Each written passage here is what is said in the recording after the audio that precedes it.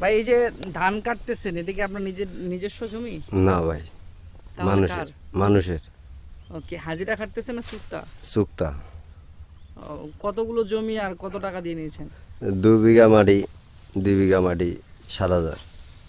2 বিঘা জমি 7,000 টাকা। হ্যাঁ, 3500 টাকা আর কি বিঘা। আস্তা সাইড করে দিতে হবে। এখানে কেটে আবার এটা আস্তা সাইড করে দিতে মানে হবে, পাকা রাস্তায় উঠাই দিতে হবে। ওঠে দিতে হবে। তা আপনারা দুইজন কেন? আমরা আসছিলাম 5 জন, 3 জন চলে গেছে বাসায়, আমরা 2 জন আছি। 3 জন চলে গেল কেন?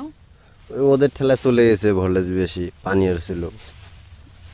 এই যে রোদের তাপে 3 জন চলে গেছে। 3 জন চলে গেছে। এই যে এত রোদ, পুরো মাঠে মানুষ নাই, আপনারা দুইজন ধান কাটতেছেন, কষ্ট হয় না? রোদ লাগে না? ওদ লাগলে কি করবো এখন, আর গরিব মানুষ, দিন করে দিন খাই।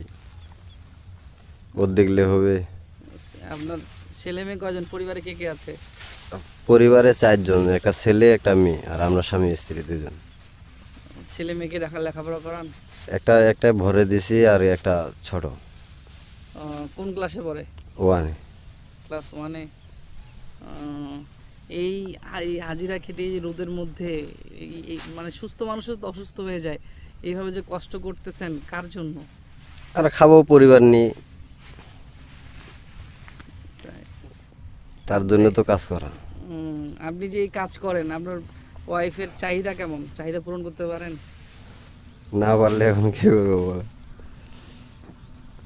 না, আমি আপনাকে বলছি যে আপনার এই যে ওয়াইফ আপনার এই যে কাজ করেন, মানে কাপড় চোপড়, পোশাক আশাক, তার যে শৌখিন, নারীরা তো শৌখিন হয় সবসময়, তাই না?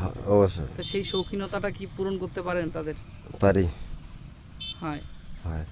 আপনার ওয়াইফের চাহিদা কেমন? চাহিদা আমরা যেমন দিই সেরকম। মানে আপনার মতোই, আপনি যা দেন তাই, আলাদা করে তার কিছু চাওয়া না। এটি কি আপনি 12 মাসেই করেন এই কাজ? 12 মাসেই। ঠিক আছে ভাই। লেখাপড়া করে নি কি করবো? লেখাপড়া করেন না। এই বাড়ি কোথায় আপনার?